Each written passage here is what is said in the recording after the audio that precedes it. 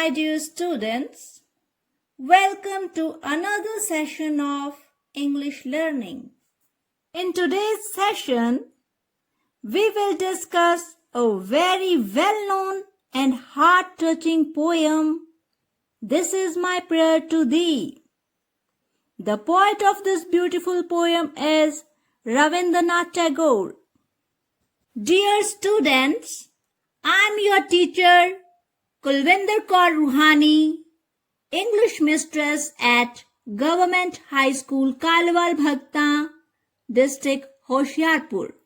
Before commencing our poem, I would like to tell you about the poet of this poem.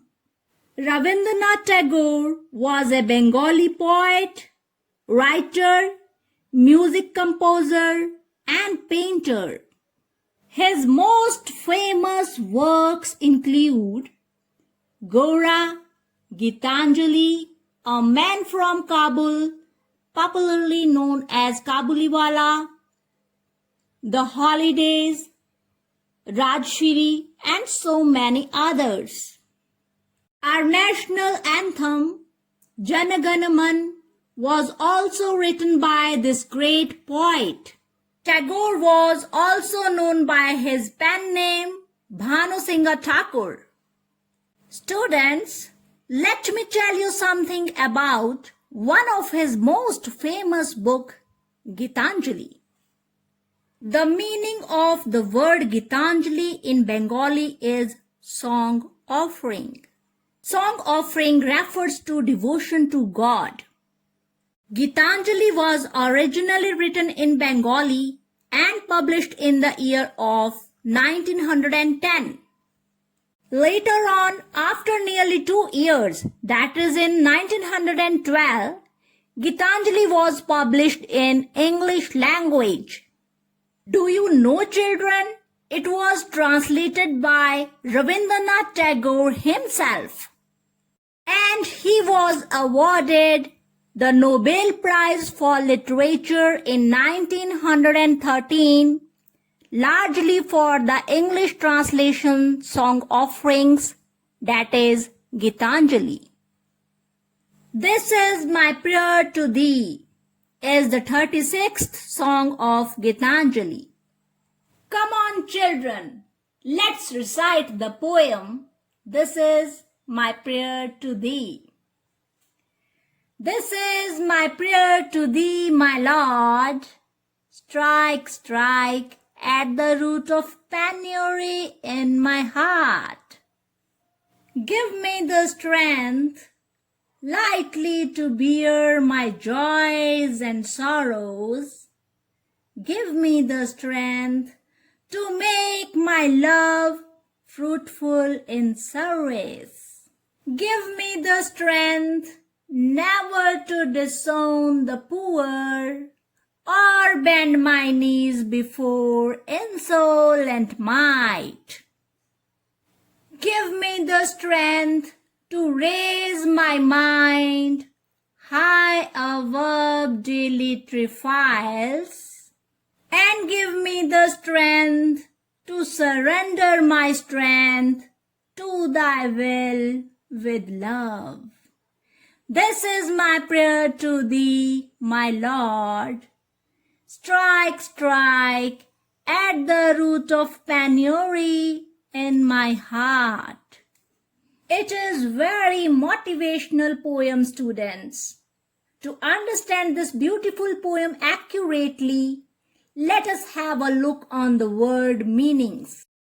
So the first word is thee. It means you.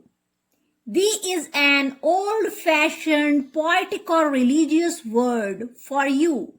Here in this poem, thee refers to God. Next, prayer.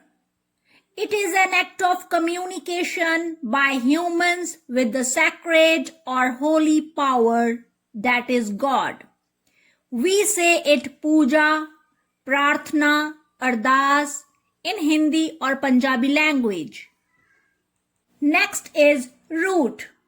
Root is the basic origin or cause of something. Lord, it is a name for God. Next is strike. It means to hit something. The next word is penury. The meaning of penury is extreme poverty. Next is strength. It means power. Next is lightly. Lightly means easily, or we can say without being seriously worried or concerned. Next word is bear. It means to be able to accept and deal with something unpleasant. Next is joy. It is a feeling of great happiness. Next, sorrow. It is opposite of joy, a feeling of sadness. Next, fruitful. It means producing useful or good results. Never means not ever, at no time. Next word is disown. It means to reject, abandon, renounce or deny. Next is insolent. Insolent is a rude person who is lacking respect.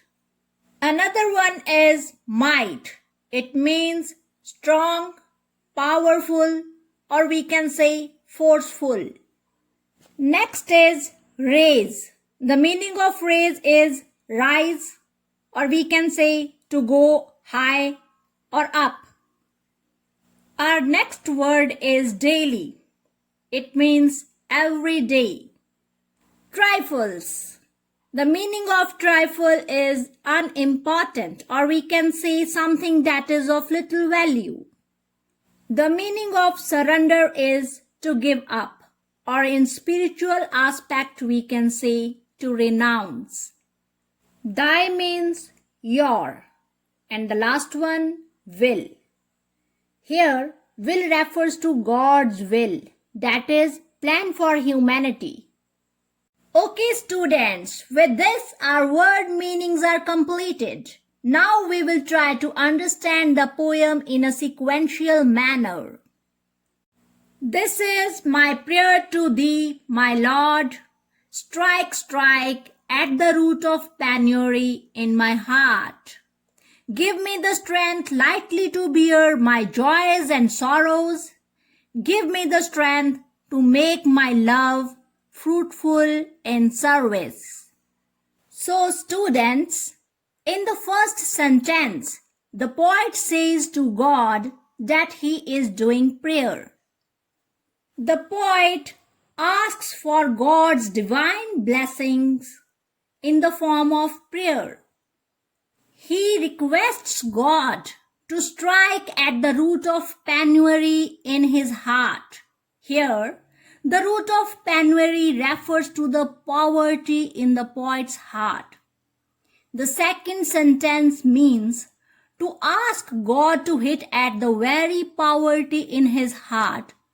Poverty doesn't refer to the luxuries the world has to offer or materialism, but it actually refers to the poet's spiritual weakness. The poet doesn't want any spiritual weakness in his heart. That is why he asks God to give him strength to eradicate that very root of poverty.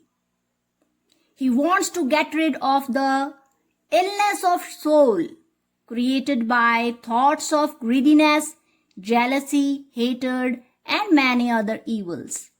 Let's try to understand the next line of the poem. That is, give me the strength lightly to bear my joys and sorrows.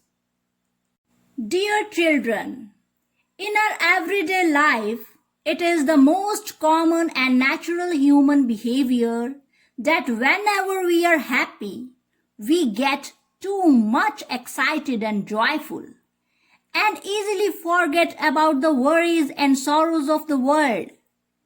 The same happens whenever the situation is reversed. Whenever an undesired, sorrowful situation occurs in our life, we tend to become too much sad and unhappy. Simultaneously, we forget that there is any hope in the world and we sink deeper in the vast ocean of misery. But students, a person who has achieved a stable mind and a pure heart will never behave like this. He is an enlightened person who knows that joys and sorrows are periodic happenings of life. Both joys and sorrows are not permanent, but the existence of the God. Here in this beautiful line, the poet prays to God to give him the power of mind and soul so that he can be able to express his happiness or sadness without showing any extreme emotions. He wants such spiritual power of enlightenment to bear his joys and sorrows without complaining, that is, easily or lightly.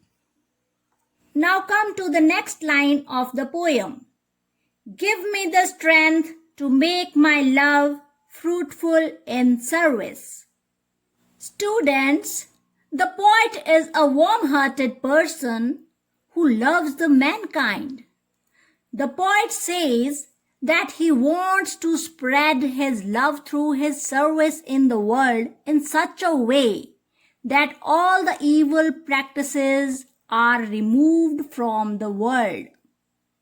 If he becomes successful in doing so, it means his service is fruitful, that is, it produces good results for the mankind. Therefore, he asks God to bless him with holy powers of service through love and devotion. And he feels that only by the grace of God, his service of love and devotion becomes fruitful. Now, let's read the next stanza. Give me the strength never to disown the poor or bend my knees before insolent might. Give me the strength to raise my mind high above daily trifles. And give me the strength to surrender my strength to thy will with love. Dear students, the poet is a kind and loving person who wants to serve the creation of God in need and support. Therefore, he asks for the unbeatable power which will help him never to reject, abandon, or deny the poor people. Students, here in this poem, poor people does not refer to the people in financial needs. It refers to all persons irrespective of their race, caste, color, or gender who are in need of moral, physical, financial, or social support.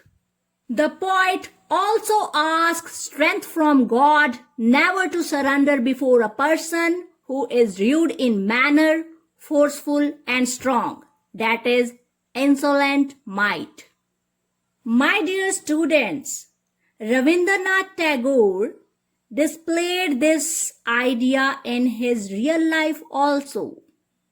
He was a practical man, as he never bent his knees before the insolent might, that is, British rulers. During the protest of Jallianwala Bagh's mass killing, our great Indian nationalist Rabindranath Tagore repudiated his knighthood or honorary title. Let me explain the next line of the poem. Give me the strength to raise my mind high above daily trifles. Dear children, Tagore was a man of high philosophical ideas, In this line, he prays to God to bless him with divine strength to lift his mind high above the daily matters of little value or importance, which causes difference among men. And these matters can be money, land, business, luxuries, etc., that this world offers to us. The poet mentions this demand in his poem to show his strong determination towards the service of mankind for the greater good. And he can convert his determination into real actions only after getting God's grace and blessings. The poet is thinking that only with God's power he will become able not to indulge himself into useless daily trifles. Okay, students, now let's try to understand the last and the most beautiful line of this poem. It is, "And give me the strength to surrender my strength to thy will with love." Dear children, power brings pride. It is a simple sentence with deep meaning, which explains how power given to a particular person makes him go crazy, rude, dominant, cruel, and inconsiderate. Here, the poet fears that after receiving powers from God, he will brag about them and disrespect his master. So he prays to God to help him to control his powers so that he does not assume himself superior to the rest of the world. In these lines, the poet requests the God to channel him into his devotion, love, and worship. He requests to God so because he does not want to get distracted from the path he chose. He wants to be under the peaceful and divine shelter of the Master of the entire universe. And that's why he says, "Give me the strength to surrender my strength to thy will with love."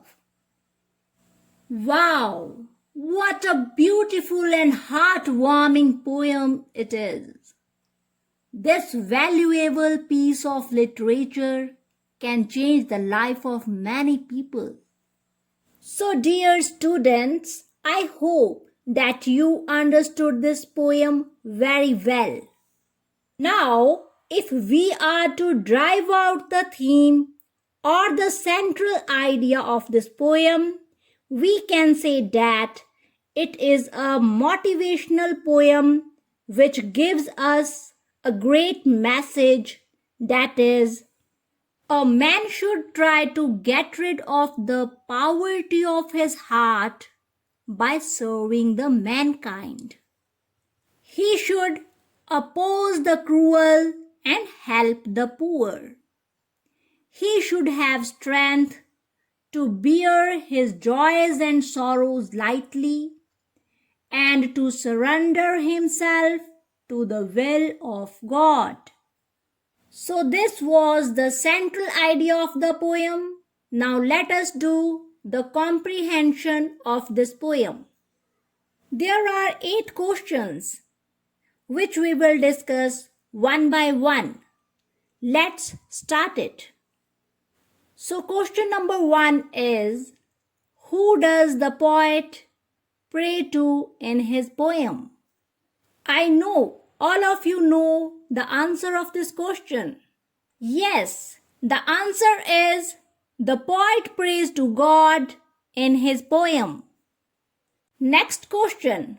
What penury does the poet talk of? Yes, you are right. The answer of this question is the poet talks of the penury in his heart.